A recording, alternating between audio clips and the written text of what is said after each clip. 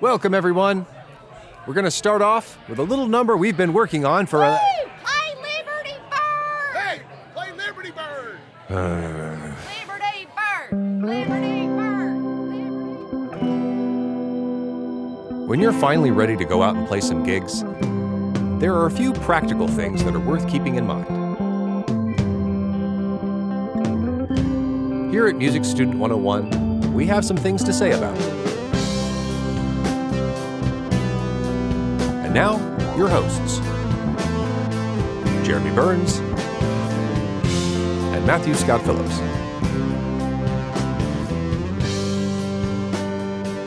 Hey, Matt. Hey, Jeremy. How long have you been playing music, live music? Oh, wow. Might have to get out the stone calendar for that. The abacus? The abacus, yeah. Wait. All right, let me think. I played in front of people for the first time ever when I was 14. Oh, okay. It was at my grandma's church. Mm-hmm. But I did play in front of people. All right. And I was in my first band at 16. Okay. I think we had one gig ever. Mm-hmm. And then so I guess ever since then. So that's been a while. Yeah, well, let's see here. We can do the math a little bit. I started playing a 95. Yeah. Well, I played my first live show in 95 with my band. Okay. That I started playing with around 16 years old. But by then I was a senior in high school. So right. That was 95. So it's 2026, 31 years for me, and maybe 35, 36 years for you, huh? Ooh, ow. When you do the math, huh? So, painful. Why you gotta hit me with numbers, man? Rude. Sorry. Y'all didn't hear that. Yeah, you didn't hear that. None of you. We're gonna bleep that. We are the spring chickens we sound like. We still don't sound like old people, do we? I hope not. I feel like an old person. I definitely feel like a... Well, anyways, at our age, we can at least say that we have informed opinions on gigging, playing gigs. We've done it a few times at this point. Jeremy more than me, incidentally. Jeremy is a gigging professional, expert. I did manage to pack my calendar back in the days and take a few tours. Yeah. That's a whole other... We'll do touring next time, right? Yeah, we'll do touring next time. This is mainly for people playing local venues or maybe considering traveling. Touring is a whole other ball of wax with a whole other set of... Yeah, this is a set of challenges, and this is more grassroots operation kind of stuff we're talking about because that's mainly what we're familiar with. Where maybe you packed into a van and drove to the nearest big city, or something, or big region, or not such a big city or whatever. Exactly, or smaller city, or one of the smaller cities surrounding the bigger city or something. Yeah.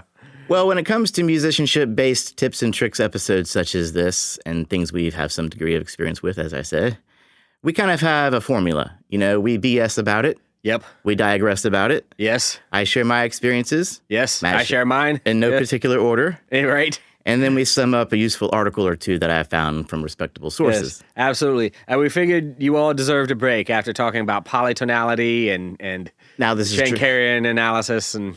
Yeah, I was telling Matt earlier. I was thinking about just doing an atonality episode. Yeah, but then no, we all needed a little break. We won't hurt to relax a little bit and talk about gigs. So on this episode, we're going to kind of do that in reverse order. I think we're going to start with, in order to avoid redundancies, I think we're going to start with some of these people's tips, and then we're going to add at the end what we would add to it. That sounds like a good idea. Yeah, man, and that's It's also to keep it fresh. Matt never reads these articles. I never show him these articles beforehand. And that is by design to get my unadulterated first impression and opinion. So we're going to have some fun with that. Yeah. And we'll be commenting as we go and after the fact. But first, it is time for our social moment. Indeed. We got a new review. A new review, 5 stars from Flower Girl 888. Love that name. Isn't it? Yeah. Yeah. And Flower Girl says, fantastic show. Stumbled across this show today because my young kids' interest in music has resparked my own, and I would like to help them learn more. Mm-hmm. So many fascinating topics to explore. Can't wait to dig in. Thanks so much, guys. Well, thank you, Flower Girl. So glad to hear both you and your kid delving into the wide world of music. Yeah. It's always a tremendously rewarding journey. And it's tremendously rewarding for me to go and see all the new reviews and how we've helped people. And it helps us when you guys do those reviews. So. Absolutely. It helps us with visibility for the podcast, which helps us and which helps other people, right? And it helps our souls to know it helps our souls. We feel good. We feel good knowing we've helped people. Exactly. We're just those kind of people. We're just like that. Now, so thank you again, Flower Girl 888. Flower Girl spelled G-U-R-L. G-U-R-L, yeah, Flower Girl. I spent a lot of time playing in a hippie band, and once you're a hippie, you're kind of always a hippie to some degree. Kind of always a hippie at heart, yeah. So, yeah. I wonder if me and Flower Girl share that. I wonder. Kindred ship. It's possible. Yeah.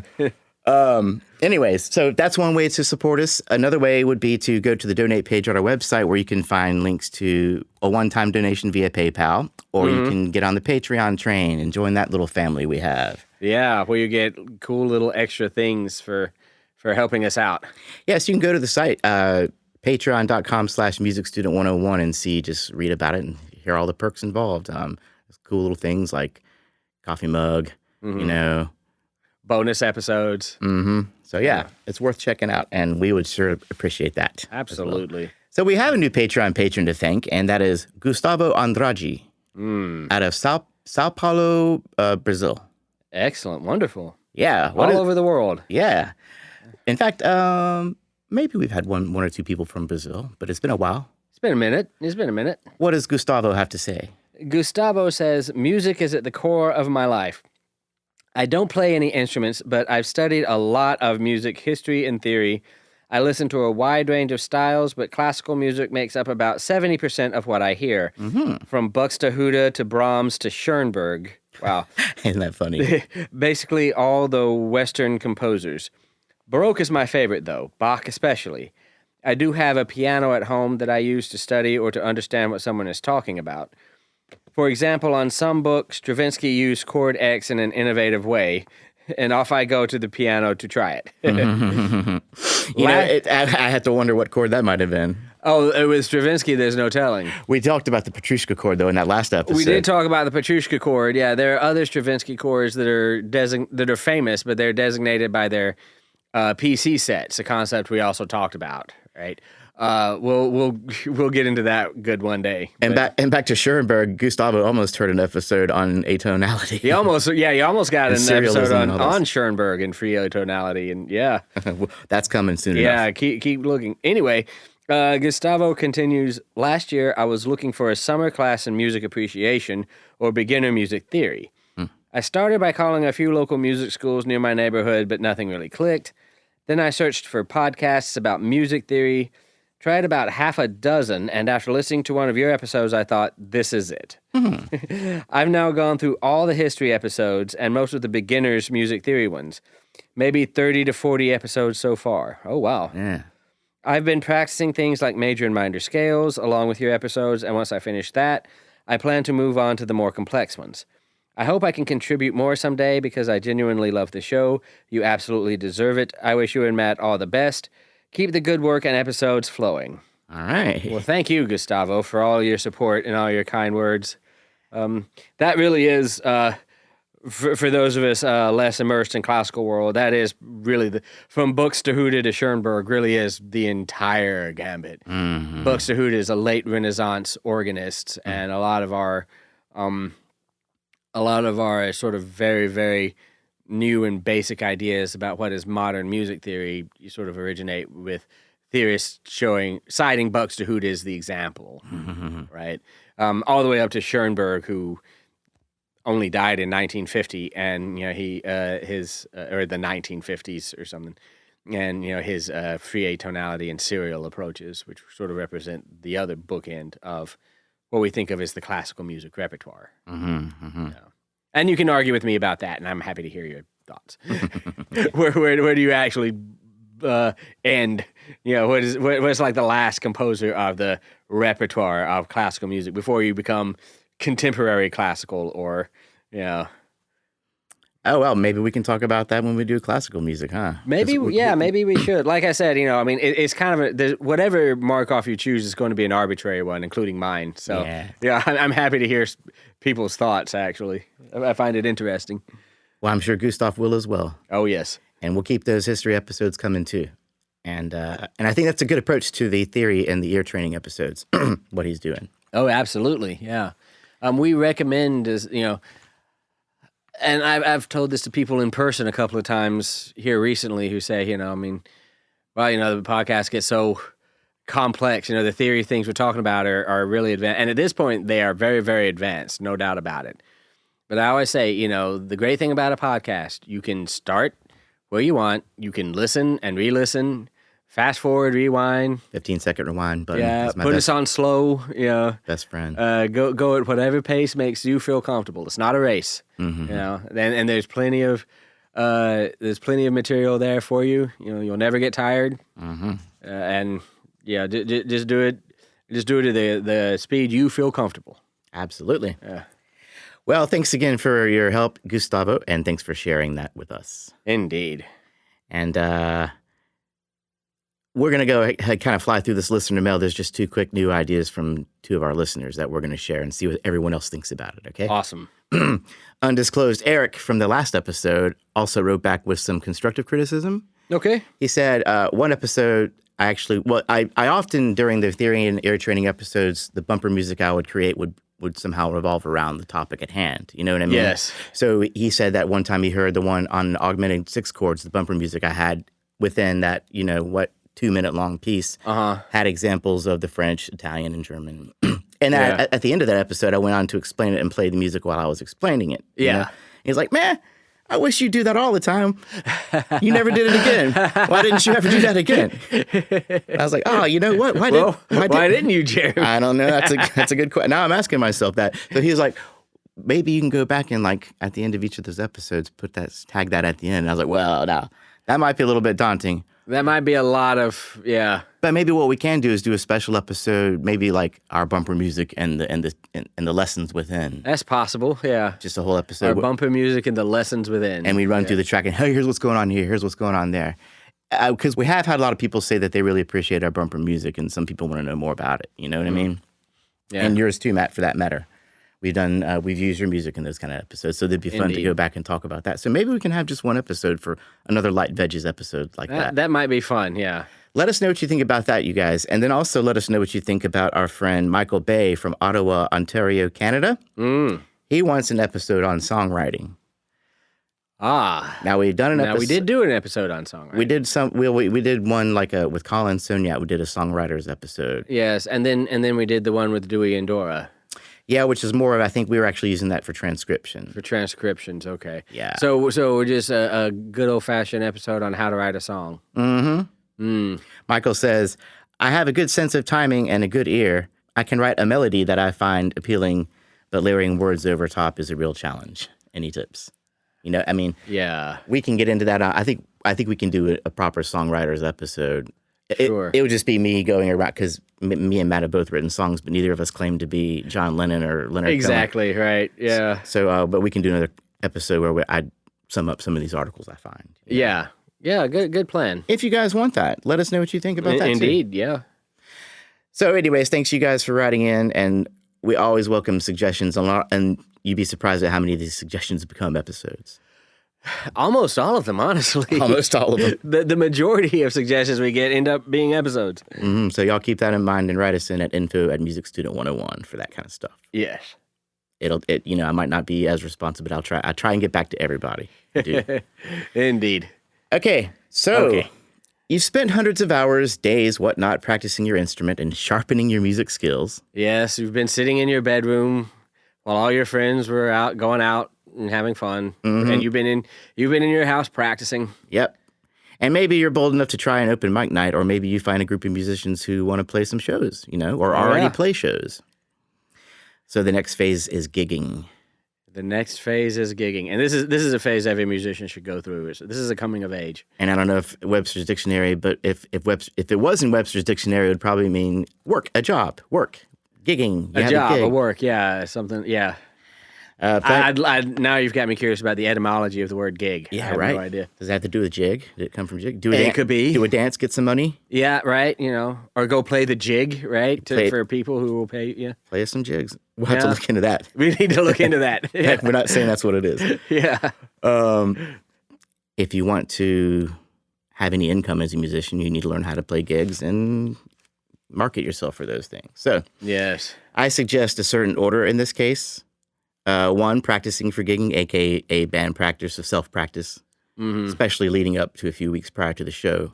Both, by the way, neither one, in my view, neither one of those takes the place of the other. You've got to practice yourself, and you've got to practice with bandmates if you're playing in a band or in a group. Yes, I call it practice. Practice, yeah. Only 2 practices there, so you got no excuse. And then number 2, we want to talk about equipment. It behooves you to have good equipment when you show up on stage. You don't want to have... And then, boy, is that an You understatement. can have enough things to make you nervous on stage without having to worry about whether or not your cables are going to crap out. Or the battery in your active pickups is going to die. Oh, yeah. Do I have a replacement for that? Yeah. And then there's load in and breakdown. And then there's the performance. Obviously, it's load in, perform, breakdown, but we can, lump them up. And then finally, marketing and business. But that might not be on this episode because that's a very wide. Yeah, that may deserve its own episode, honestly. And a bit more research on my part. So let's start off with some tips. And I found an article that kind of sums up most of what I agree with. Awesome. And maybe we'll just alternate and read these one by one, Matt. Awesome, yeah. This is the article I found was called 7 Tips for Practicing for a Gig by Adrienne Osborne, who's a vocalist and performance coach out of Colorado. Interesting. And this was on performancehigh.net. Okay. And we'll put a link on the website. Absolutely. So, Matt, you want to take the first one? Sure, I can take the first one. So, number 1, dress in actual gig clothing. If you are planning on wearing anything other than street clothes or clothes you haven't worn at a gig before, run through your set wearing the clothes and shoes you will be wearing on stage. You don't want to find that the heels are too high, you can't breathe well, you feel overexposed or overdressed, you are too hot, or your arm movement is restricted only when you are live on stage. Matt, do you do this?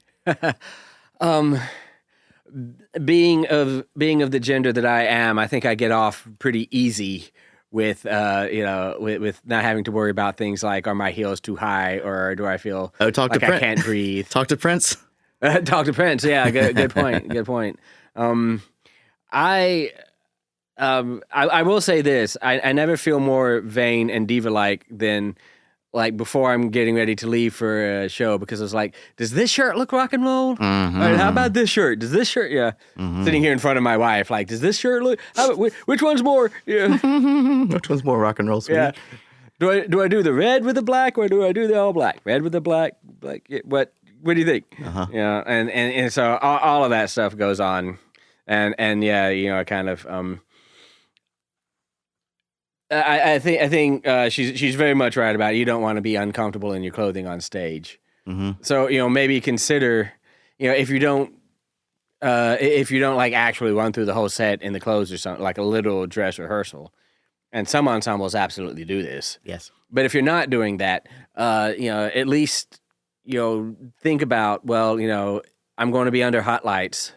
I'm going to need my arms free. I'm going to want to be able to breathe well.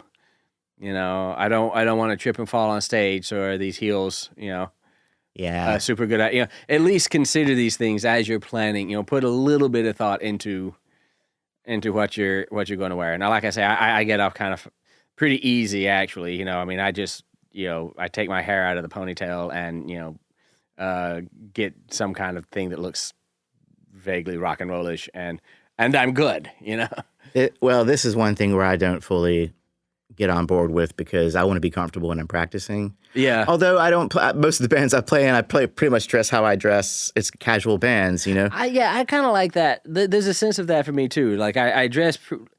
It is just a slight variation on how I would dress normally. Most of the time. I don't go nuts personally. Yeah. Now there are people who have their on stage persona. You mentioned Prince. Yeah. Gwar, they need to know if all that stuff, if they can still play with all that stuff. I can imagine at least the rehearsal practice. Absolutely. But do symphony people get into a tuxedo every time they sit down to practice their cello? I'd be surprised. They don't. I've certainly seen them I've even seen orchestra rehearsals that are not the dress rehearsal where they're just in like plain clothes. Yeah. But then they have a dress before the concert, which means you're going to show up in your tuxes and blacks and what have you, just to make sure everything still works.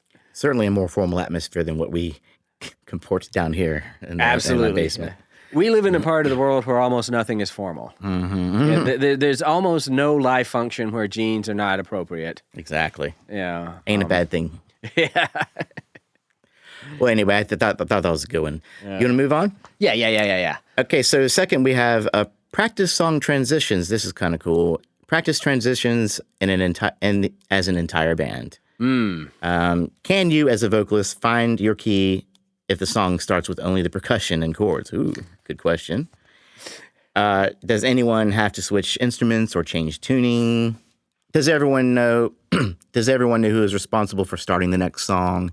Do you or the band want to play an overlap in songs with any seamless transitions where the beat continues from one song to the next? We do plenty of that in our mashups and stuff like that. Yeah. And of course, that's important to practice. I think this is a very underestimated aspect of playing a show is getting all these little details.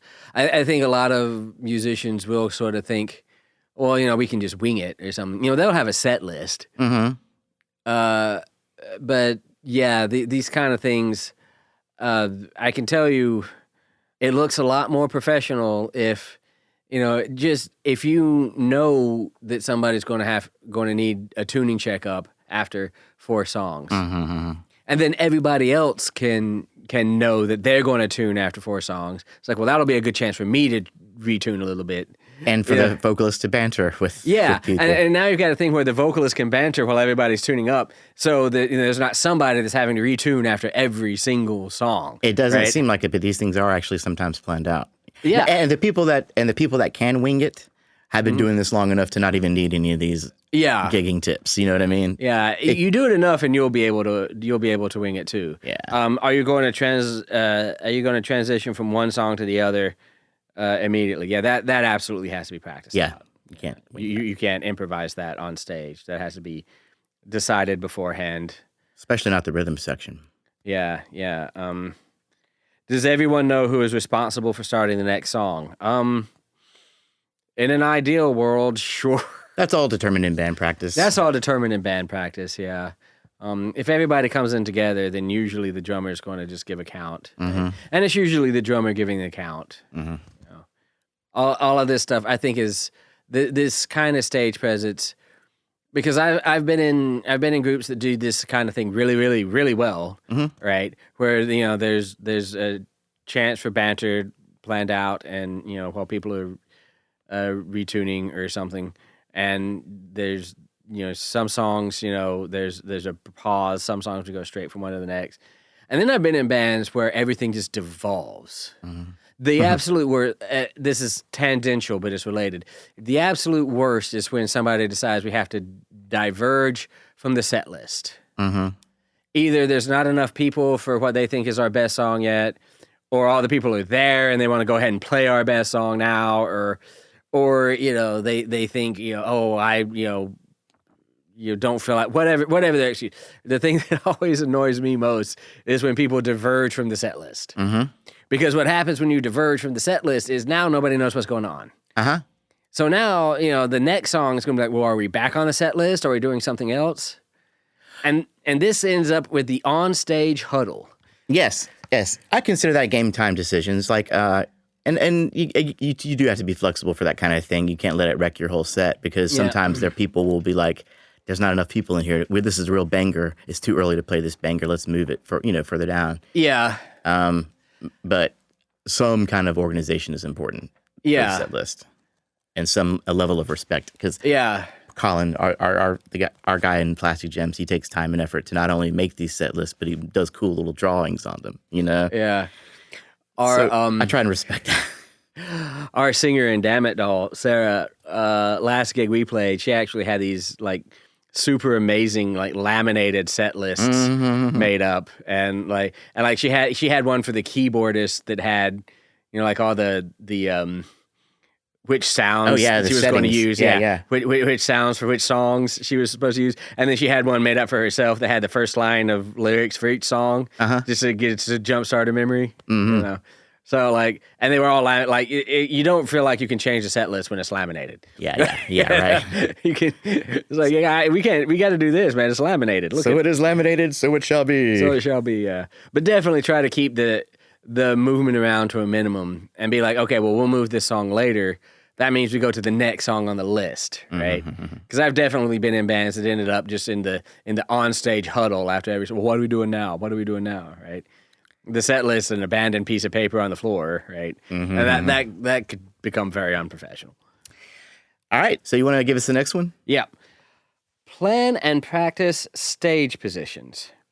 Many bands don't have rehearsal space to practice moving around stage, but if you do have any room at all to move, then do plan and practice stage positions. The movement needs to become something automatic, not something you think about. That's interesting. Yeah. It is very hard sometimes because sometimes you just don't know. Yeah, you know, yeah. You don't know what the stage is going to look like till you get there, unless you've played in this venue before. And if you have played in this venue before, you know, again in Damn It Doll, we try to have a stage plot made out that we sent to the venue and to the sound person. You know, Which is a thing. yes, Often venues with the sound person will request a stage plot, and you got to know how to do the graphics on that, or somehow convey what you need for. Yeah, and they're not hard. It's just knowing what that person wants to see in your stage plot and putting it there. Yeah. As far as moving around on stage, I think that just comes with practice. Yeah, it's funny. Like I was in a band. I'm as a bassist, and maybe yourself too. I'm used to being stage left, house right. Yeah, because my bass neck is real long, and I don't want to hit anybody with my bass neck. So my bass neck is always on the end of the stage, pointing out, not at anybody. And then we had this guitar player who's like, I've always got to be this. This is my spot. This is just where I'm at. Yeah. So I had to. I don't know if it was a superstition or what, but I had to give up my spot just to be cool, you know. Yeah. And knock the other guitar player in the head a few times. Because he wanted that spot. But not on purpose. But anyways, all that to say, we didn't even practice that. On stage, he, he wanted to be on stage, but in practice. So I've never worried about that, but I can see the wisdom in it because this is my spot. This is where I'm used to being. I'm used to looking to the left to see this person, to the right to see this person. Yeah. So. What's in my monitor makes a much bigger deal to me than where I am on stage. Exactly. Long as I have guitar, drums, and vocals in my monitor, I'm going to be happy anywhere. But you know, I've also played on really small stages like that before, you know, and then you know it becomes a much bigger deal because, like you say, you know, you try not to be hitting the guitar player in the back of the head, or you know. It's hard to concentrate. Yeah, you know, if you take one step back, you're going to fall over the cymbal or something. That's never good. And you got to be able to move around. We'll get into the stage presence a little bit later on, but anyways. Yes, we will. So continuing on. Yeah. Number 4, never play just the beginning of the song, and we're talking about in practice here, in band practice. Never play from the beginning of the song until a trouble spot in the middle, and then stop at the trouble spot and start from the beginning again. If you do that, you are practicing to perform a successful beginning of the song, followed by a mistake in the trouble section. Instead, if you have a trouble spot, don't stop. Continue playing, making a mental note, and finish the song, then come back and fix the trouble spot by starting a few bars before it, not starting from the beginning of the song. And once you get it right, play it 3 or 4 times right. You need to practice what you want to happen on stage. If you play a trouble spot wrong 5 times, until you get it right just once or twice, chances are you'll still have trouble spot on stage. Okay, so they're all about the drilling. All about the drilling. How do you feel about this? What does Plastic Gems do? That's kind of how we do it, actually. Yeah. We're like, hey, can we go back to that part after the first chorus? Yeah. Yes, 1, 2, 3, boom. And we usually take it from, you know, the part before that. Yeah. Run through it, and then when everyone's happy, they stop playing, and then finally. Yeah. So, yeah, it depends on how complicated the music is. Yep. I don't think if you're doing like a bluegrass or blues thing, I don't think you have to Can we do that 1, 4, 5 thing again? No? But we cover a lot of pop songs, and a lot of pop songs are way more complicated than they sound. Oh, absolutely. I don't know. What do you think, Matt? I think this works as a general rule, but I know that different people have their own different. Every band kind of works different in practice, right? And I'm loath to give the impression that this is the only way to do it, and if you are doing it the other way or any other way, that you're doing it wrong. We will often in both my bands, and Damn It Doll and Blood Moon Riot, we will often start from the top because what we're trying to do is exactly what she said. Practice what we want to have happen on stage. So when you take it out of context, that can be very, very good. We do that too. But take it out of context, practice it 7 times, and then never practice it in the song. And then that didn't mean anything, right?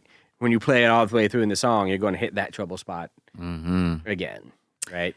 I think it's just more. I think it's a matter of efficiency. Like if you have one part that you need to fix, it doesn't make sense to play the song 10 times. That is absolutely for true. when you come to that one part. That is absolutely true, and and take it out and play it 4 or 5 times to fix it, and then insert it, and then play the whole song again. Yeah. Right. Yeah. So I can see wisdom to both approaches. Yeah. If you play the whole song all the way through, you're gonna be more. Eventually, it's gonna be like muscle memory. The idea is muscle memory. Yeah. So number 5. Yeah, fix mistakes from the end of the song backwards. This is interesting now. That is, fix the last mistake first, the one that happens closest to the end of the song, then fix the preceding mistake. This unusual idea benefits you by allowing your mind to focus on only one trouble spot at a time. If you tried to fix 5 trouble spots by being aware of them all while you run through the whole song, you may be less preoccupied with future trouble spots while playing through an easier one. That's interesting. I'm not sure why going backwards. Maybe because they're fresher on your mind by the time you're at the end of the song. I suppose. And I suppose what she's saying is that you will, if you try to start back at the first trouble spot, you may not remember where that is. And like as you're playing through the song, you got to remember all these trouble spots, and that may take a lot of mental energy. Which I always have the set list in a pencil, and so I'll make notes as we go through the set list and what I need to fix. Put a star by this, put a question mark by that. Yeah, absolutely. I think, to me, I would feel like if you've racked up 2 or 3 areas as you're playing the song, then let's go ahead and stop and pause and work on those areas, right? Yeah. And let's go ahead and address those before we continue the song. Yeah.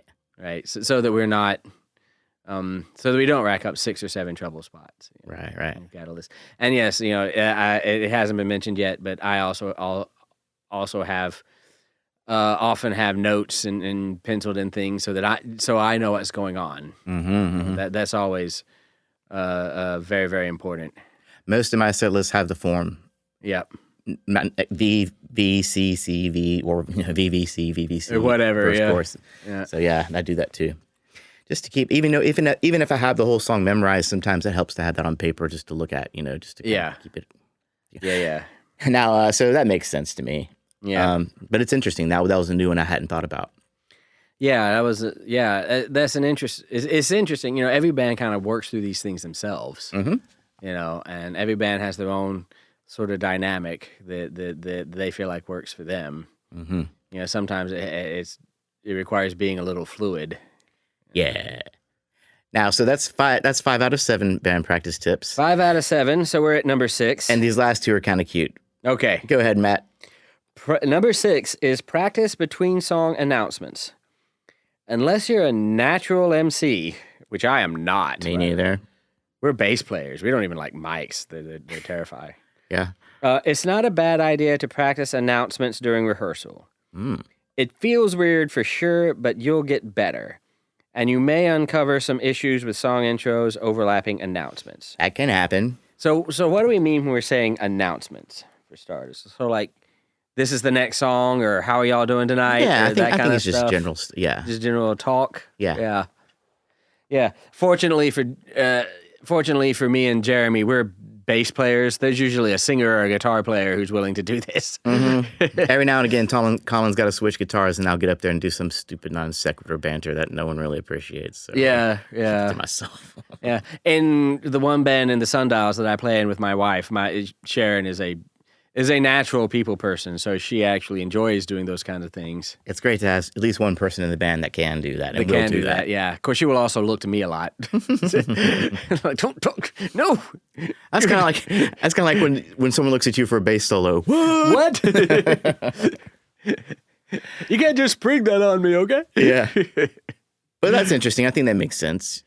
You don't wanna Definitely be- practice. Yeah, even if it's just like in the car on the way to the gig, you know, in your head, practice what you're going to say. Yeah. Yeah. So you can avoid ums, uhs, I don't know. So this is a song. A good go-to is, hey, make sure you tip your bartenders, Make sure you tip your bartender, which we'll That's get a into good- later on also. Yeah, which everybody appreciates. So it's good for everybody. Exactly. I saw Typo Negative once, and he said, well, if you didn't like that last song, you're probably going to hate this next one. And he started playing the next song. That's good stuff. That's good stuff. That's engaging. I like that. That's engaging. Yeah, banter is a funny thing. You shouldn't be without it, and you shouldn't let it go on too long. Yes, that's finding the line because you Yeah. want to connect, you want to engage. You want to connect, you want to engage, but you are there to play music. You know, Yes. there's a balance to be had there. It's fun. And again, I think this just comes from experience. You know, you've got a gig 2 or 3 times at least, probably more than that, Oh yeah. to start feeling comfortable with how much banter is going to happen and where the balance is. And this last one is kind of along the same lines. Number 7 is band practice band introductions, which is, you know, there should be a point in every show where you do that. She says, at minimum, make sure you're saying everyone's name right and not missing anyone. I'm not missing anyone. This might be one of those things where you got a full Black Jacket Symphony where you got rotating cast members. You know what I mean? Yeah. Most people I play in bands with I've known for decades. Yeah, right. But if there's a you're in reason. Trans-Siberian Orchestra, you may have forgotten which bass player is playing tonight or something. And I like this one though. There's even better yet if you can practice the band introductions over a song and practice each musician playing their riff as their name is called. That's the kind of thing that you do have to practice at some point. You do have to practice. Maybe, I don't know. We've done it many times without practicing. Yeah. Colin just busts it out sometimes, and I'm like, Yeah, I feel like, all right, this is just me. mm-hmm. And I feel like I'm turning into a fuddy-duddy with this already. But I feel like sometimes that can start getting a little corny. Yeah. Like the band intros can get a little putting too much thought into it is it gets a little, and when you get into the was like, you know, and we have so and so over here on the guitar and they play a little Rick. Yeah.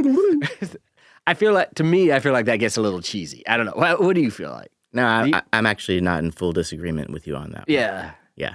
So I think it's cool. I think I like to have the band introduced to me, but I think it can be just as effectively done without the music. I don't know. Shoot. yeah. Because it is kind of cool when they pull it off right. You got to find the right way to pull it off. You got to find the right way to pull it off. So I'm sitting here looking back. So currently I'm in 3 groups that are performing, you know, on some kind of regular basis, right? So in one of them, Damn It Doll, there is a space in one of the songs towards the end of the set where it's a fairly extended space without any vocals, because there's a keyboard solo immediately followed by a guitar solo. So there's a little bit of space there with no vocals. And so our singer takes that opportunity to, while we are playing, to sort of introduce everybody in tandem. We don't play any special riffs or anything. She just takes that opportunity during a song to play riffs. Yeah. In the group that we're playing in together, the Sundials, That would be funny to do. yeah, our harpist / singer / my wife Sharon, she takes a minute to introduce us between songs. Yeah. We don't do any riff or anything. She just says, and we have, you know, so and so and so and so and so and so on the various, and give people a chance to clap. Yeah. Which is also fine. And then in my third band, Blood Moon Riot, we don't do any of that. There are no introductions beyond "We Are Blood Moon Riot." Rock it out. Yeah, we're just rocking it out. Nice. So yeah, I mean, there are variations on that. You know, I tend to want to avoid the full on, 80s garage band kind of, play, and then do a little riff kind of. Yeah. But again, that's just me. Yeah. Just my opinion. And that's all we're just sharing our opinions and our experiences. Yeah. No problem there. And speaking of which, so now that we've covered a few things about practice, everything leading up to the gig, now we have the gig itself. And I found a good article called Gig Tips, and it's written from Archtop Eddie at djangobooks.com. Django like Django Reinhardt, DJANGO books.com. Nice. This to me is a little bit less formal, kind of practical, tips on showing up and playing the show and everything. So, you want to take the first one? Yes. Okay, let's see what's going on here. When you arrive at a gig, be polite and respect the business that hired you. First impressions are important. It's possible to lose your next gig without playing one note. Oh boy, isn't it ever possible to do that? Isn't that a great... Said a mouthful. Yeah, it is. I'm going to read that again. Read it again. It's possible to lose your next gig without playing one note. I would go so far as to dare say that you're more likely to lose that gig before you play any notes than with any notes, good or bad, that you might play. Ever play, yeah. Yeah. So yeah, the booking agent will get you there. That's the one that gets you there, and of course you got to develop a friendship and a graciousness towards them. Yes. But the bartenders report back. So The bartenders report back. the patrons report back. Yeah, some of the regulars in the place will report back. No doubt about it. They played too loud. They were rude. They were yeah. drunk. Nah, man. Yeah. We don't need them. Also, it helps to give like we said earlier, giving the bartenders a shout out. Absolutely. They work hard just like you. They do. Encourage tips for them and tip them yourself if you can. And, they're trying to work to make sure you have a good night, too. I mean, it's a symbiotic relationship there. As it should be. So that's just a matter of respect. I mean, that's just one of those things that hopefully you would think to do anyways. But okay, so that all makes sense. Anyways, the next one is talking about load in. When loading in gear, don't clutter your stage area with guitar cases, gear bags, clothing, etc. Maybe the reason I chose this article because I resonate with so many of these. Maybe so. Keep all that stuff to the side while you set up your gear and introduce new gear to the stage only as you need it. Hint, the last thing you need on the stage is your guitar. Exactly. And those can get knocked over. I've seen it. Oh, yes. So that makes perfect sense. I've played with many people that just pile everything on the middle of the stage, and it's like, we got to be setting up here. Do you mind if I'll just move it. I'll just move their stuff. Yeah. I mean, it's kind of in your way. You know? But anyways, try and not only that, but for safety, setup can be a very chaotic and busy thing. You don't want people tripping all over your stuff and spraining or breaking something they might use to play. Yeah, you don't want them breaking your guitars. Some of these stages, the drop down to the floor is pretty high, and the floor can be concrete. You don't want your guitar to get knocked off it if you can avoid. Or even just straight off the stand from which it sits. Yeah. So that's sound advice to me. Yep. No pun intended. Indeed. Pun intended.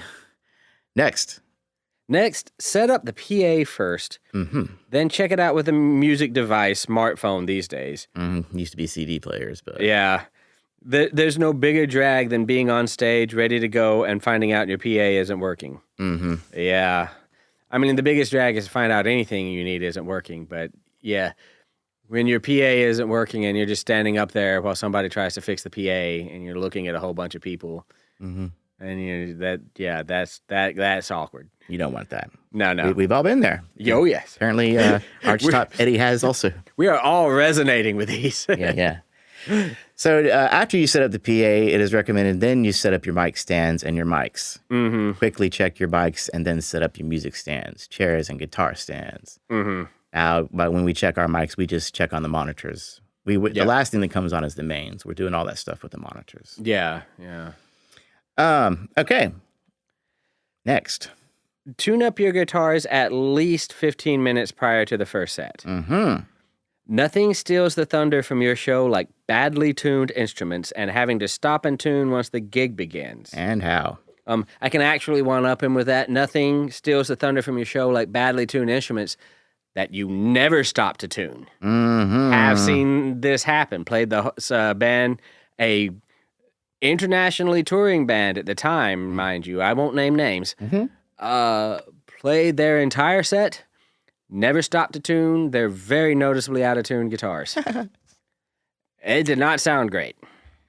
Anyway, continuing. Distortion can only cover up so much of that. Yeah. If you don't make it a point to tune up your guitar 15 minutes prior to the first set, you risk forgetting to do it, since things often get crazy right before the gig starts. Yes, and they really do. They really do. I have forgotten to tune my bass, I'm embarrassed to say, because I thought, well, I've got all the time in the world to tune the bass, and then it just never happens. Never happens, yeah. And now I'm playing it with the first song at least with an out-of-tune bass.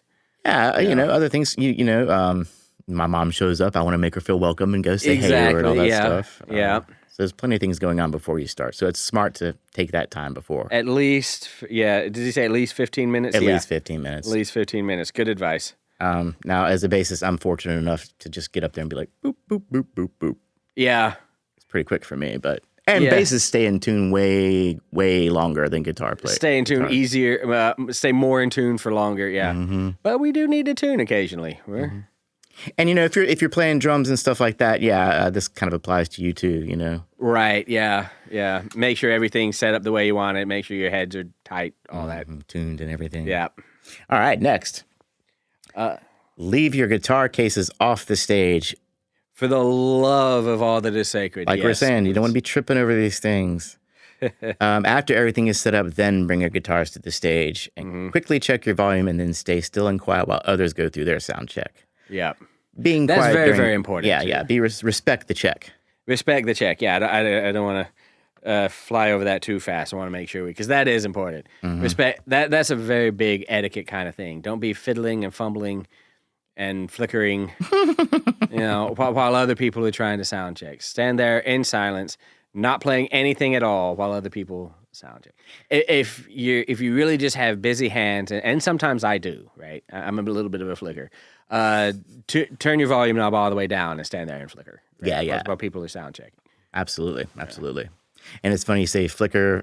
What all did you use? Fumbling and fiddling and flickering and... Well, we're going to add fidgeting to that because he says, don't fidget with licks while sitting on stage between sets or waiting for the band to get ready. Respect the stage. It's where you perform.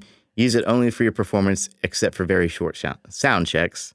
Agreed. Anything you do on stage will be observed by your audience. And I think he's referring to what we call noodling.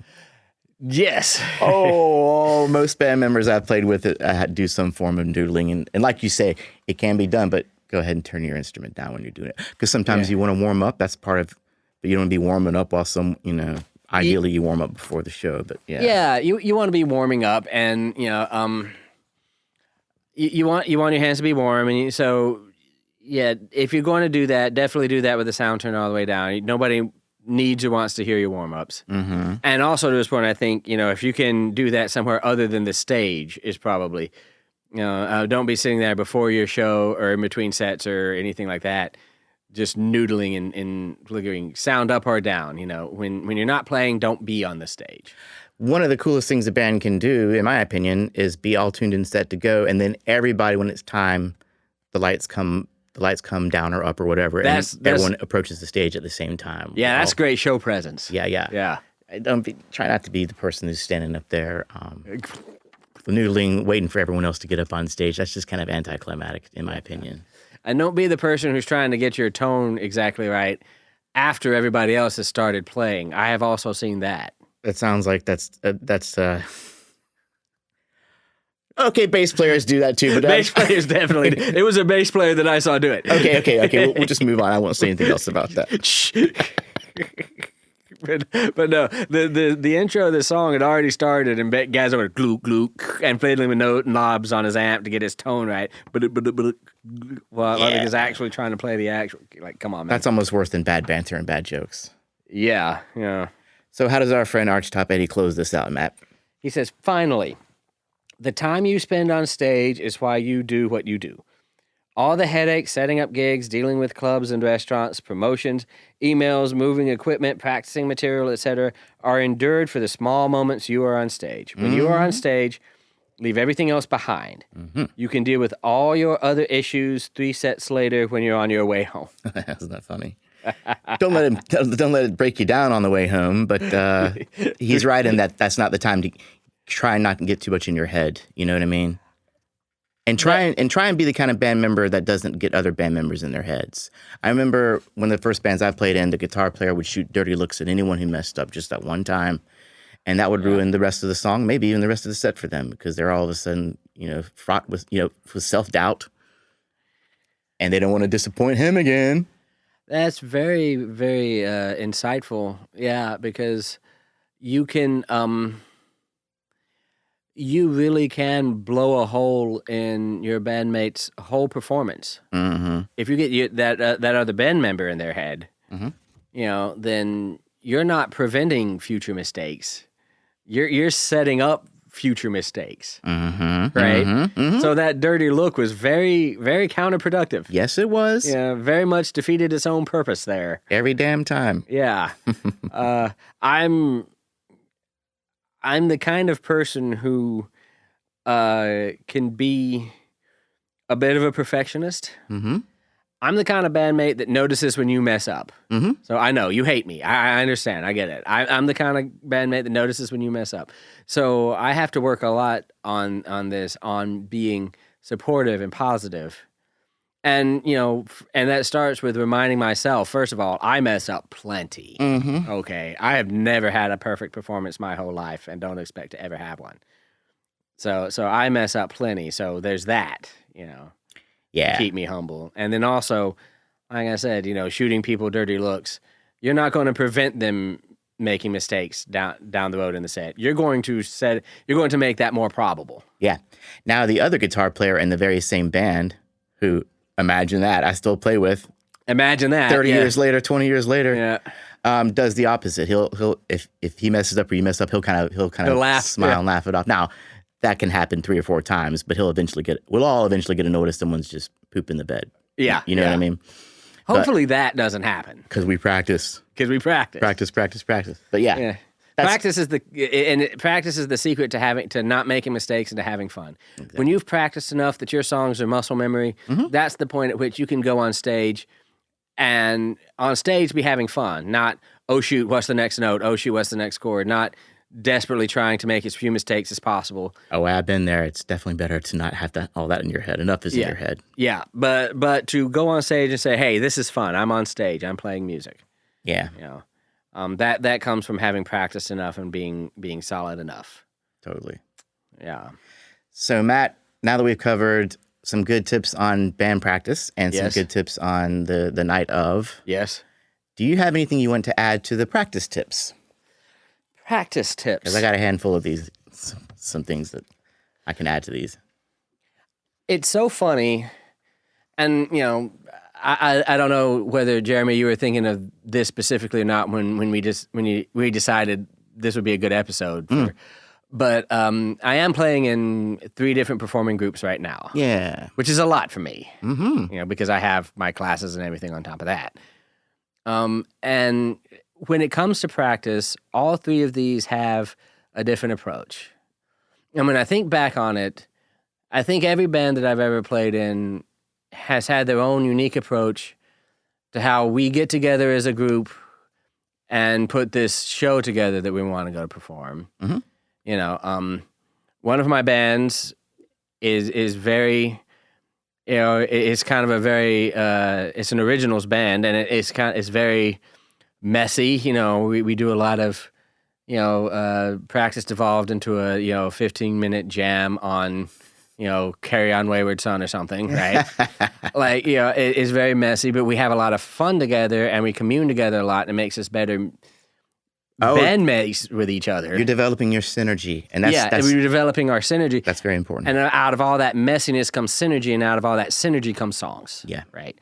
Another one that I play in, one of the band members wrote the majority of the songs. So we pretty much come in knowing how to play them. He sends us recordings.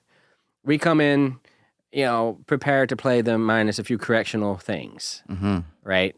And those practices go like that, right? The third one, there's tea and brownies and and hanging out like you wouldn't believe. But again, it's synergy, right? And I think in that one in particular, that synergy is very, very necessary because we're dealing with people from a lot of different musical backgrounds in that one, and we're putting together music that it's not. It's stuff that really literally doesn't exist. We're just sort of, or doesn't exist in the format we're doing it. We're putting it together, piece by piece by piece in a way that, a standard rock band doesn't have to. So, that kind of synergy is even more important. So, I guess my advice is find your approach. Yeah. And don't expect the approach in your new band to be exactly like your old band necessarily, right? Or your other band necessarily, or whatever, right? Find the approach that works for the group of people you're dealing with, and be open to that. Very good. Anything else? Don't be late to practice. Don't be late. Yeah. Good rule of thumb in general. Musicians have a hard time with that. Musicians can have a hard time with that, and don't be late. Because frankly, my experience is the first 30 minutes is shot anyway. So don't make the next 30 minutes be shot because you were 30 minutes late. Exactly. Right? Good way to put it. I like to say anything under 8 minutes is fashionably late. Yeah. Anything over 8 minutes is officially late. It's officially late. So if you can be fashionably, be fashionably. And anything over 15 minutes is, dude, where are you? Yeah. Because we got some members who I'm used to showing up 15 minutes early, and if they're not there 5 minutes early, I'm start to worry about them. Right. Start to call their wife. Right. Yeah. When did they leave? Yeah. Anyway, what I'd like to add to the whole practice thing is I kind of feel like the whole noodling thing should also apply to band practice. But I think I'm alone in that. If I've played with 100 musicians, 97 of them all do this, and I've probably done it before myself. But drummers in particular, I can pot down my volume. Drummers don't have that option. So if we're trying to talk about the next song and the drummer's just going, why are you doing that? Why that you hit those things and they make noises louder than people talk. Yeah. And you're going to get a chance to hit that thing 100 million times tonight. I can't say anything because I'm the guiltiest person ever in terms of noodling at practice. You are a noodler, huh? I am such a noodler. I had a bandmate once. I called them a flicker. I'm such a flicker. A flicker. Yeah, I would just stand there randomly flicking on stuff when people are trying to have song discussions. I'm aware about this. I'm trying to better myself. I'm trying to be aware and either turn my knob down or do it less. Whatever's. You're a self-aware noodler. Yeah, I'm a self-aware noodler who's working to be better. So I can't say anything. Well, good on you for that, Matt. Good on you for that. I want to add something to the live show noodling thing. The next song that comes on, try not to practice the riffs and give away to the audience what they're going to be hearing. That just kind of ruins the element of surprise. Don't do that. Even though you want to remember what you're going to play. And I know, but still don't do that. Just mime it without pressing the frets all the way down to something. Yeah, or like we said, turn your volume down. Or turn your volume down. Don't give away the song. Yeah. To the practice thing, I would add, try and budget your practice time. Record your practice. Yes, good advice. Always record your practice. Back to budgeting, I guess it's just know which songs you're going to have to play for the gig. Make sure you have enough time to go over each one of them before the gig. Yeah. There's enough times to be good at it, Problem songs, put check marks by them, all that stuff. Yeah, and again, very good advice about record. The recording of your practice is kind of like watching film to a sports person, to a football player. The replays, yeah. Yeah, it's like getting to see the film, So you're hearing what the song is going like, and you can make some very important adjustments and assessments based on that. It's very important to do that. Yeah. I used to do way more of it than I do now, but that was when I played way less live shows. Yeah. And didn't appreciate the amount of practice you had to nail these things. Yeah. And then finally, every band has a member who's willing to drive the practice. And I think that's a good thing. I'm not always that person, but in the few bands I've had to be, there's times where I've had to be. Yeah. If your band doesn't have one, consider stepping it up. It's not like you have to be some kind of alpha character just to say, what should we go over tonight? Yeah. How many things? What do we want to accomplish? Okay, let's move on to the next one. That kind of stuff. Because people do have social times. They talk, they joke, but you got to get back on task at some point. Yeah, you're entirely right. It goes back to my, every band is different. Mm-hmm. I've definitely been in bands where, social time was discouraged. People would get very irritable if you weren't spending every single minute devoted to. But in general, I think most people allow some room for social time. Mm-hmm. But then again, like you say, you start getting to have a time efficiency problem if you're too social. Mm-hmm. If all you're doing is hanging out, then you're not really being respectful of everyone's time and dedication. Most musicians are very, very busy. Mm-hmm. Mm-hmm. They have to be if they want to be full-time musicians. Absolutely. You're teaching like 4 days a week, and then you're gigging like three nights a week. Yeah.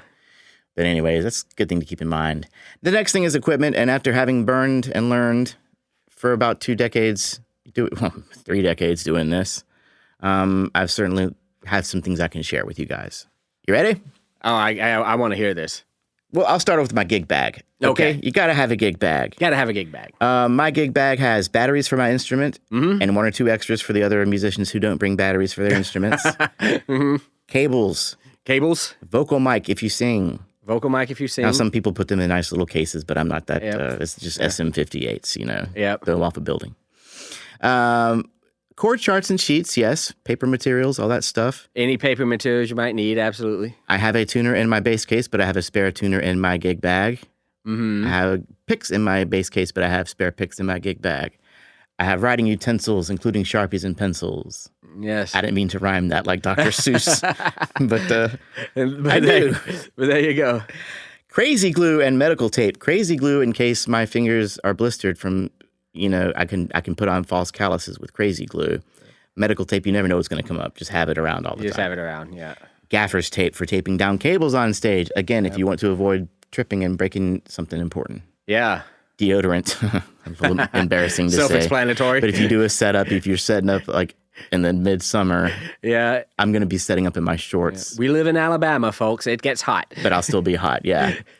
There's this thing called Singer's Saving Grace, which is like this little kind of throat spray that you spray on yourself. If your voice is giving you problems. I always used to have that around, mainly for Jenny, the lead singer in our band. Yep. Sash cord. I use sash cord to secure mains when they're up on stands, if there's something to secure them to. Yeah. So they don't fall over on people. Yeah, don't like that. Or you. And then, of course, I have setup clothes versus gig clothes, like I said. Yeah. And then I picked the color red for my gig bag, and I just stuck with it. That way I always know that's my gig bag. Right. Whether it be between my other bags I have or my other fellow musicians' bags. Yep. In my car, I always have 2 mic stands, 2 sandbags, spring clamps, weather gear, Sandbags to weigh down the stands in case it's a windy day. And then mark your gear. It's a good idea to mark your gear. Indeed. As you see here, Matt, all my stands have a piece of white gaff tape with so which one is yours. black in the middle. Yeah, absolutely. Yeah. My cables have colored tapes, and I nerd out and get out my little, what do you call it, little label maker. Yeah. So everyone knows it's my stuff. There's no confusion. Yeah. My bass case has bumper stickers from almost every band I've played in. Uh-huh. So it's like I can point to that and go, that is my bass case because I have played with all of those guys. So yeah. This is the history of my bass career. So this is my bass case. But I think my favorite sticker of yours is emotional support bassist. Yeah. There's a story behind that. Yeah. Emotional support bassist. Mm-hmm. Yeah. Most of us are to some degree, right? Yeah. Oh, fun stuff. Yeah. And speaking of marking things, I do the same thing with my cables. A lot of my cables have the striped gaff tape on them. Yeah. Hard to not distinguish from other people. Yeah. I love how much of that is you taking care of other people as much as taking care of what you're responsible for. You kind of become a bit of the medic, the band medic. And then back to cable practices. there's this technique called over and under, where when you buy a cable, it's coiled up in this perfect circle. Yes, any stagehand will explain this to you Yeah. with passion. And I recommend learning how to roll your cables in coils because they're easier to pack. You can get more of them in a bag. Yes. If you got a big old pile of cables with a big wide opening in the middle of it, you can stick things in there. Yes. So coil as opposed to over-under.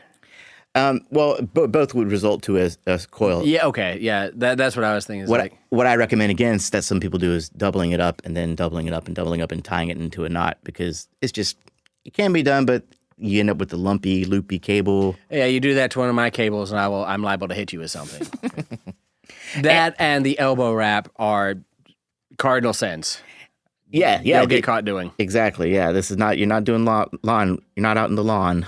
Yeah. Doing lawn work. Do not elbow wrap any cord ever in your life. Just learn to not do that.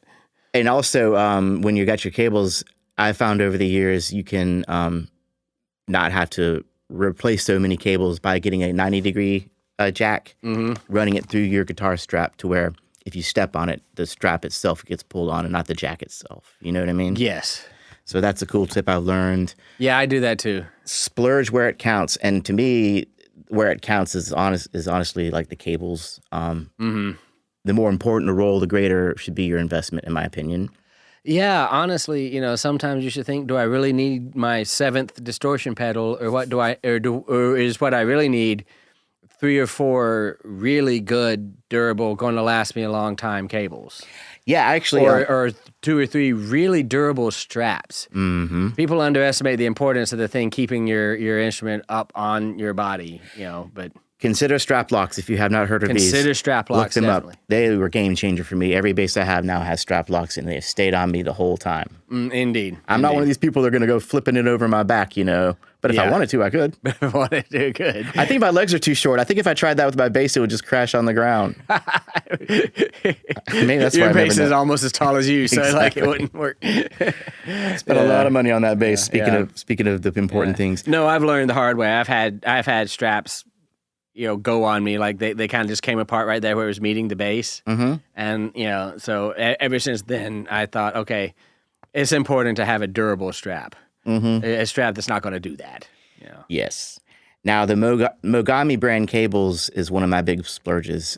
It's nearing about $100 a cable, but it's gold. It's got gold parts, and they'll replace it anytime, anywhere, for no questions asked. Yeah, and you do not have to worry about those cables. Not at all. If you've got those cables, when something's going malfunctioning audio-wise, somebody says, did you try changing out the cable? If you got one of those, you're like, it's not the cable. That's not the problem. Those things are very, very reliable. Very, very reliable. But I still have spares because if something goes wrong on a gig, you just can't predict, and they're not going to send a Mogami rep to the show to replace your cable. Not really, You'll have to deal with that the next day. Yeah. They will replace it, but it ain't like Bentley. Yeah. Did you hear about where Bentley they would send a helicopter out to pick you up if your car broke down? They would send a helicopter out to pick you up. I always thought that was like an hotel. urban legend or something. Probably so. Yeah. Probably so. I heard that when I was in 5th grade. So Yeah. Never I don't Googled it. know. I never had a Bentley, but we digress. we digress. I'll say something about Velcro. Velcro is your friend. At Home Depot, you can get a lot of Velcro, and you can use it for many great things. And you can use it for many great things indeed. If you're a vocalist, I recommend you get your own mic, your own stand, and your own cable if you can afford it. Yeah. Because for one thing, I see people manhandling other people's stands. Like they'll just like lower it and raise it without turning the thing. What? Yeah. These things cost money. Yeah. I like to have my own stand, and my own stands last way longer. Yeah. In my care, Yeah, absolutely. And for another thing, without your own mic, you're at the mercy of whatever quality mic anybody else just put up in front of you. Or whatever germs. Like when we used to, whatever we used to play at the too, Nick, yeah. I would make sure my mouth wouldn't touch those microphones. You know what I mean? Absolutely. That's kind of the dive bar in town. We needed we needed what was it, the SM95s or something. We needed some of those just to play it. We love the Nick. We do, yeah. We love the Nick. That place is a classic. It is. It's a Birmingham. Birmingham wouldn't be the same without the Nick. It would not. Ramones played there. The Chili Peppers played there. The Chili Peppers, King's X played there. Jane's Addiction played there. It's a great place. But I wouldn't want to sing after Perry. No offense, Perry. No offense, Perry. I don't want to sing after anybody. No. Can we just say let's just say have your own mic so that the only person spitting on this mic is you, so that way you don't have to worry about it. Second of all, you can get a mic that you like the sound of, that you think does your voice well. Yes. And you're not just at the mercy of whatever somebody put in front of you in terms of your vocal quality. Yes, I found a SM58 beta is I can work it better. I know how to work it better, so I just use that instead of a 58. So I definitely bring my own mic and stand. Absolutely. And, enough singers do this that soundmen are actually kind of prepared for it. Like they don't really freak out. It's like you say, well, hey, I brought, our singer brought their own mic, and they'll be okay. One less thing I got to pull out. Yeah, one less thing I got to pull out. Yeah. So, and then that also goes back to being able to take care of your stuff. Either if you have your own stand, you don't have to worry about, tweaking it and all that stuff. Yeah, God, yeah, because people will like push down on the, on the part that's tightened without untightening it, and you're just literally just breaking the stand. Like, Stripping it. Yeah. So I think my point is that not only must you not depend on other band members to solve your problems, you must be prepared to solve other problems For the band. Because not everyone's going to think about these things. I've got another thing I'm guilty of here, another confession to make. I am horrible about forgetting a flippin' stand for my bass. And somebody always has a spare stand, and bless you, all of my bandmates who have lent me a stand for my bass. I don't know what is wrong with me, but I constantly forget to bring a bass stand. It's a funny thing. It wasn't until more recently I even fooled with bringing those things on stage, because I would just have my bass case off stage with the bass in it, and then I'd pick it up. I guess I did that a lot too, but in recent times, it's like, where you're going to sound check and it's so much easier when you have a stand just to leave your bass on the. It looks cool sitting up there, empty and stuff. But I always end up leaving the bass stand at home. I'm always every gig. It's like, oh, I did it again. I never learn. Yeah. It's one of those things you do often enough to forget the last time you did it. Yeah. Anyway, so other than that, I would just say make sure you always have a rag to wipe down your instrument after the show, or that fine layer of micro sawdust on the snare drum. If you haven't already learned the hard way, keep your drinks off your amps and keyboards, and certainly off other people's amps and keyboards. And if you haven't learned the hard way, you will. You think that drink has a solid footing on your bass amp? No, it does not. Don't forget that bass amp vibrates like a son of a gun. Yes, it does. Yeah. Vibrates a lot, and it's going to vibrate right on off. And it did. Yes. And it will. Every time. Every time. So anyways, okay, so that's equipment. That's equipment. I think I said almost too much about that. Inserting our own little rants and everything. Yeah, oh yes. We've got a few of those. That's the fun part, right? Yeah. Now load in. What else can we add to that? You already thought punctuality is king. We talked about that. Don't show up late. Uh-huh. You have no idea the number of people you're irritating when you show up late. And I hate to say it, but drummers, this kind of falls on you a little bit, because we can't really do much until you get there. Until the drum. So you kind of have to be there early. We build everything around the drum kit. Yeah. Maybe we can get up the PA system, I suppose. Depending on where you are. But it would be nice to have the drummer there to help us move the PA system around. Yeah. So unfortunately, drummers, this is part of the thing with your instrument is, you kind of have to be there 30 minutes before everybody else. Mm-hmm. Yeah. Or even at the same time as everybody else. I'll help the drummer. I'll help them take their things out of their bags, pack their bags back up while they're setting up their hardware, know. Yeah. But the biggest thing about that and breakdown is organization to me. Knowing where everything is, having a special bag. And that goes back to having a stage plot. Stage plot, very good, yeah. Because that's the band organization, not just your own personal organization. Right, yeah. Yeah, man. That's load in and load out. Yeah. Do this as efficiently as possible. I always, you don't have to be running or rushing. Never. But don't saunter in and, converse with the sound man for 20 minutes. Never. And then go ahead and be about it and getting it put up. Because there is often a time element here, right? If you're opening for somebody, the headliner needs to get in, or the band who's playing after you or the band who's playing before you, whatever, they have to get in and do their load in and their sound check. Yeah. Yeah, it's funny. I've never had a sound person speed us up, but if they do, that probably says something. Yeah. That might say something about your efficiency. Yeah, absolutely. Stage manager, that's a different thing. Stage that's just what they managers, do. yeah. They will happily rush everybody. That's part of their job. And so finally, we have performance to see what else we didn't cover. And Matt, I think you had a few things you were going to say about the. 'Cause we did actually do an episode on stage fright, which covers some other performance tips. Yeah, and how to boost your stage presence and manage your anxieties. Yeah. But it's more than musicianship; it's showmanship, right? It is showmanship. And go back to what you're going to say about professionalism and. Again, don't show up late. Don't show up drunk. This is kind of a funny thing because, rock and roll and alcohol has been associated with each other for quite a few decades now. Yeah, probably as long as either of them existed.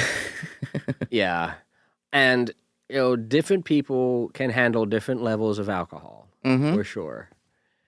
But I have seen this so many times when you, as a band, have consumed too much alcohol, whatever that is, based on your tolerance level, have consumed too much alcohol for you to be professional and with it. You talk about losing any future gigs right there, right? Because this is obnoxious for everybody to deal with, right? You won't sound good. You won't act in a way that is entertaining. You think you're being very entertaining. The bartender's like, normally I'd be kicking this person out, but they're kind of in the band. But they're in the band and I can't. Yeah, you know. And I don't want to sound like a fuddy-duddy here. People, have their own, tolerance levels, and people, have their own amounts of alcohol they like to drink, from absolutely zero to all the way, Yeah, and I did kind of confide that when I first started off, it took me a significant amount of influence in that regard to get up on stage. Yeah. That I've since quelled. Yeah. As you have to. Yeah, with experience. But so, yeah, that's just a thing. Nerves are a thing. But yeah. Keep it together. But, yeah, keep it together. Yeah.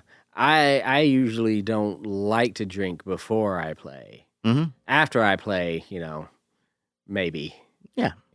But I usually don't like to drink at all before I play. But I think I may represent an almost extreme, a lot of touring bands have bottled waters on stage. Yeah. That's kind of a little bit of a newer vibe compared to the Black Sabbaths and the... Right. Yeah. Yeah, the Rolling Metallicas Stones, and the Led Zeppelins of the world, and all of that. Yeah. Or even the Pearl Jams. And So yeah, don't be obnoxiously intoxicated. Right, you are there in a professional capacity. Oh, and just think about the ride home. Think about your own safety. Think about your own safety. Yeah, think about the safety of your bandmates. Think about being considerate. They're going to have to take care of you if you're like that. That's just a good rule of thumb in general, I think. Yeah. What else? Do try to remember to have fun. And I'm saying this for myself as much as I say this for everybody else. Because like I've already confessed, I can be the kind of person that wants to be a perfectionist, that wants the perfect show, right? Wants the mistake-free, good sounding. I don't know, Matt. You're pretty good at this. I see you out there. You're really good at getting up on stage and throwing down, headbang, Thank you. You have a good stage presence. Thank you. You are very not a much. stoic bassist. I'm not a stoic bassist. No, thank you very And much. it's hard not to be a stoic bassist. I've worked on it. Yeah, okay. I've worked on it a lot. I was the quintessential stoic bassist when I was, 16 and 17 playing in those first bands. I stood there like a wooden pole. I didn't know what to do. Me too. Except play bass. Totally. Yeah, I have the way I have the center of my learning to have a bit of a persona, and is to tell myself, this is fun. We're supposed to be having fun. Have fun. And it sounds crazy that I have to tell myself this, Right. but it really does work. When I tell myself have fun, I'm like, oh yeah, have fun.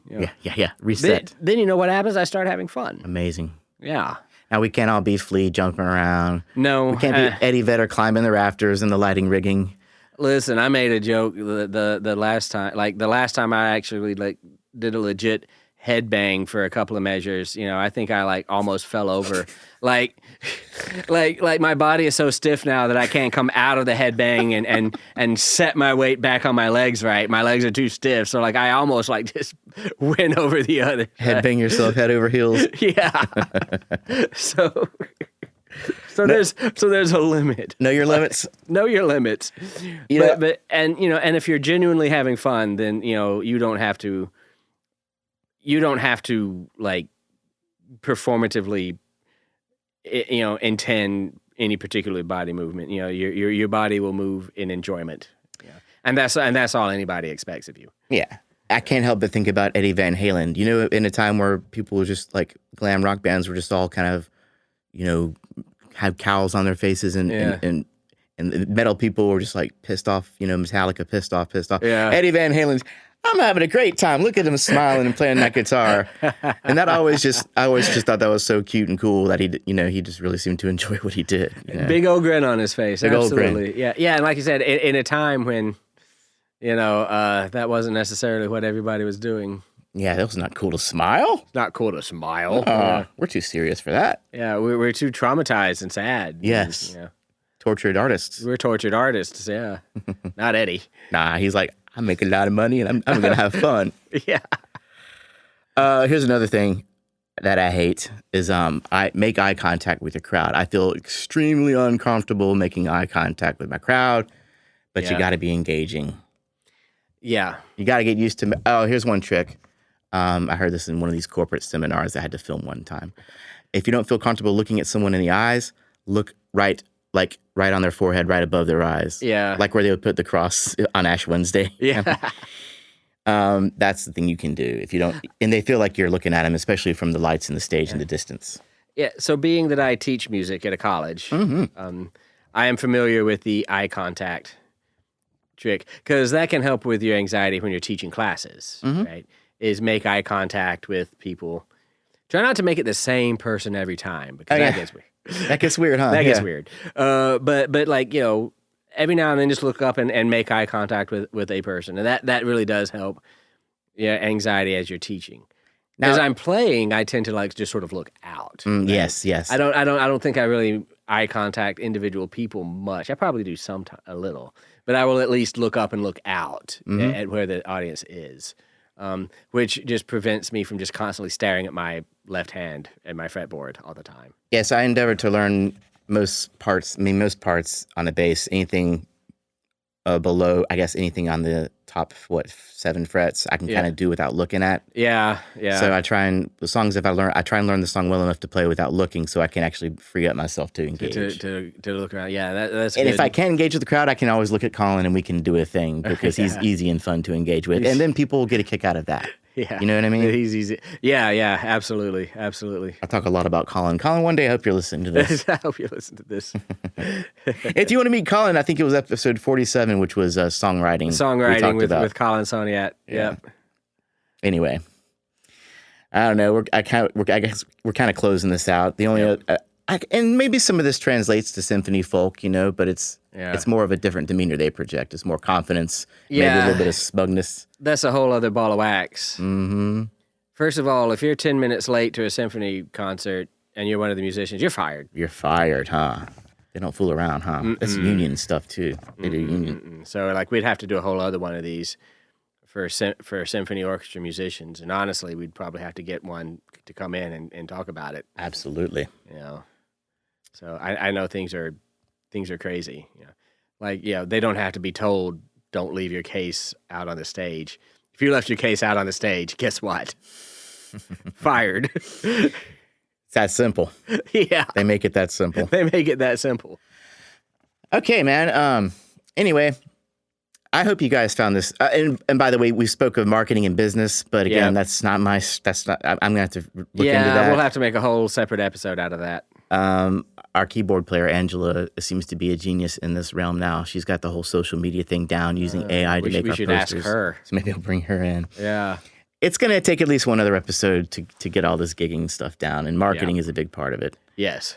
And all I can say about that now is I remember a time when we used to hang up flyers around town. Oh gosh, those were the days when you'd go to like like the Kinko's or whatever and get like 100 flyers print up. Mm-hmm. And you'd walk around with the flyers and a stapler, just stapling them to telephone poles and...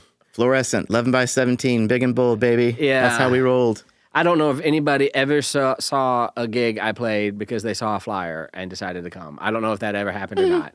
But man, that was what you did. That was what you did, and that's actually what I did last week. But now there's other options. There's more, social media options. And now we have supercomputers in our pockets all the time. And... Exactly. So, good marketing can certainly help you fill the calendar, and it's a lot to get into, and we'll get into that on part 2. Absolutely. In the meantime, I hope you've enjoyed us. Mostly just kind of riffing on our gigging experiences and... Yeah, if you guys have anything you want to add to that, or have questions about, or you want us to embellish on, or we'd something love to we hear missed, that. Something we missed, yeah, absolutely. Write us in between practice and load in and performing and loading out and equipment. Yeah. I'd be surprised if anyone had anything to add to all the digressions I did on equipment. Yeah, Jeremy's the band Boy Scout. He's prepared. Yes, I am. I got it. I'm that medic. But yeah, man, we hope you guys enjoyed this episode, and we look forward to hearing what else you want to hear about that, and what also you think about the ideas of us doing the whole bumper music episode. Yeah. And then songwriters. I think that just goes without saying we should jump on that at some point. Absolutely. So stay tuned. Stay tuned. Peace, love, and music.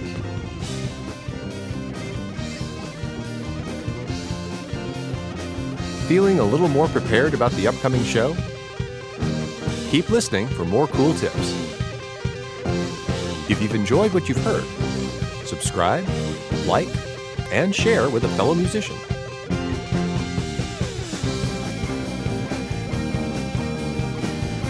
To help us financially, check out the donate page on our website, musicstudent101.com. For questions or comments, or if we left anything out of the episode, you can always reach us at info@musicstudent101.com.